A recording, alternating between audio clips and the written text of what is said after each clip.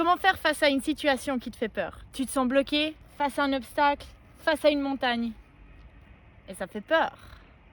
Tu te sens coupable, honteux, frustré, pris au piège, en colère, démuni. Et tu sais plus quoi faire. Alors que faire? Je te rassure, t'es comme tout le monde. C'est complètement normal d'avoir des peurs. Derrière la peur, il y a à chaque fois une intention positive. L'intention positive de la peur, elle cherche avant tout à te protéger, à ne pas te faire souffrir. Mais il y a toujours un mais à tout ça. En réalité, elle t'immobilise. Elle t'empêche d'être toi-même.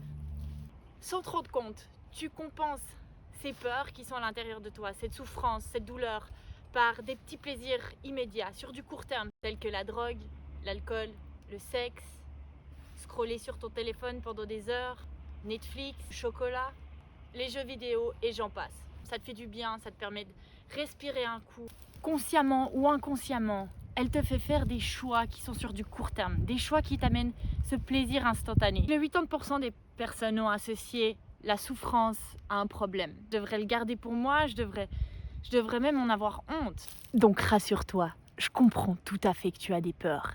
C'est complètement normal. Explorer son monde intérieur et accepter ses imperfections, c'est pas super agréable. Et entre nous, ça fait un petit peu peur. Ok, c'est super ce que tu nous racontes, mais... comment j'avance? Comment j'avance, quoi? Apprendre à se connaître. La connaissance de soi. La connaissance de soi va alors te permettre d'être conscient des choses qui te font peur et de tes blessures. Cette conscience-là va t'amener à pouvoir les guérir. Et de cette guérison, pouvoir te permettre à être en pleine réalisation de toi-même. La réalisation de soi-même, c'est ce que tout le monde aimerait avoir. C'est être soi, pour qui on est. Pour qui on est et comme on a envie d'être. La première chose pour pouvoir se connaître, je t'invite à t'assumer et à examiner avec honnêteté tes actes et leurs motivations. Leur donner de l'espace. Et en donnant espace à ce qui se joue à l'intérieur de toi, c'est déjà 50% du chemin parcouru. Yes! Come on! T'es né sur cette terre pour agir. Et non pas pour réagir à ce qui te fait peur. T'es né sur cette terre pour avancer. T'es né sur cette terre pour briller. Et non pas pour te cacher dans l'ombre. Pour vivre.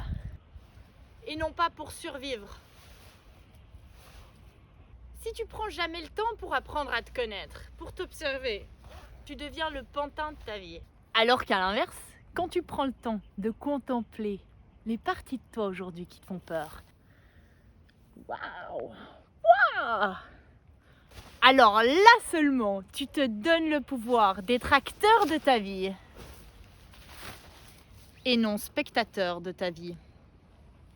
Je veux vraiment que tu comprennes que tu as le choix d'utiliser ton libre arbitre avec sagesse pour pouvoir influencer ta vie et potentiellement influencer celle des autres. Laisse de la place à l'amour, laisse de la place à l'imperfection, laisse de la place au silence, à l'écoute de ton corps, à l'écoute de ce qui se joue à l'intérieur de toi, pour laisser place à la clarté.